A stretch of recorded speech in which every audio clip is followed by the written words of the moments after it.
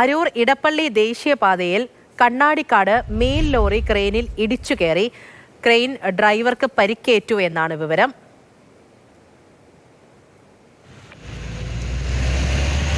സ്നേഹമോൾ നൈനാൻ വിവരങ്ങളുമായി ചേരുന്നുണ്ട്. സ്നേഹ, good morning. എങ്ങനെയാണ് ഈ അപകടം ഉണ്ടായത്? എപ്പോഴായിരുന്നു സംഭവം?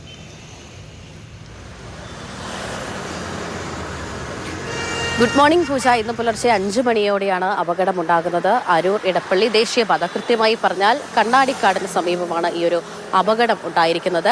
കന്യാകുമാരിയിൽ നിന്നും മംഗലാപുരത്തേക്ക് മീനുമായി പോയ തമിഴ്നാട് രജിസ്ട്രേഷനുള്ള ലോറിയാണ് ക്രെയിനിന്റെ പിൻഭാഗത്തിലിടിച്ച് അപകടത്തിൽപ്പെട്ടിരിക്കുന്നത്. ലോറിയിൽ ഒരു ഡ്രൈവർ മാത്രമാണ് ഉണ്ടായിരുന്നത്. ഡ്രൈവർക്ക് പരിക്കേറ്റിട്ടുണ്ട്, പക്ഷേ പരിക്ക് അത്ര ഗുരുതരമല്ല എന്നാണ് കേൾക്കുന്നത്.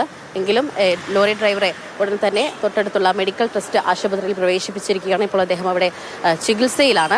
ഇവിടെ ഈ പുലർച്ചെ ആയതുകൊണ്ട് തന്നെ അധികം ഈ ദേശീയപാതയിൽ തിരക്കില്ലാത്ത ഒരു സമയത്ത് ഈ മരട് നഗരസഭ ഡിവൈഡറിൽ സ്ഥാപിച്ച വഴിവിളക്കുകൾ ഉണ്ടായിരുന്നു. ഈ വഴിവിളക്കുകൾ മാറ്റി സ്ഥാപിക്കുകയും അതിൻ്റെ അറ്റകുറ്റപ്പണികളൊക്കെ നടത്തുകയും ചെയ്ത ജോലിയിൽ ഏർപ്പെട്ടിരിക്കുകയായിരുന്നു ഈ ക്രെയിനിലുള്ള ആളുകൾ. ആ സമയത്തായിരുന്നു ഈ ദേശീയപാതയിലൂടെ വന്ന ഈ ലോറി ക്രെയിനിന്റെ പിന്നിലിടിച്ച് അപകടമുണ്ടായിരിക്കുന്നത്. പക്ഷേ എന്താണ് അപകട കാരണമെന്ന് വ്യക്തമല്ല. പുലർച്ചെ ആയതുകൊണ്ട് തന്നെ ഈ ഡ്രൈവർ ഉറങ്ങിപ്പോകാനുള്ള സാധ്യതയുമുണ്ട്. മാത്രമല്ല, ഇന്നലെ കൊച്ചിയിൽ മഴയുണ്ടായിരുന്നു. പുലർച്ചെ നേരിയ മഴയും ഒക്കെ ഉണ്ടായിരുന്നു. ആ മഴ ഒരു പ്രതികൂലമായി നിന്നതായിരിക്കാം അപകടമെന്നാണ് നമ്മൾ കരുതുന്നത്. മറ്റാർക്കും പരിക്കേറ്റിട്ടില്ല. ക്രെയിനിന്റെ പിൻഭാഗവും തകർന്നിട്ടുണ്ട്. എന്തായാലും ഈ അപകടം ഉണ്ടായതിനെ തുടർന്ന് വലിയ രീതിയിൽ ഈ ലോറിയിൽ നിന്നും ഓയിലൊക്കെ ഈ റോഡിൽ ഒഴുകിക്കിടക്കുന്ന ഒരു അവസ്ഥയൊക്കെ ആയിരുന്നു.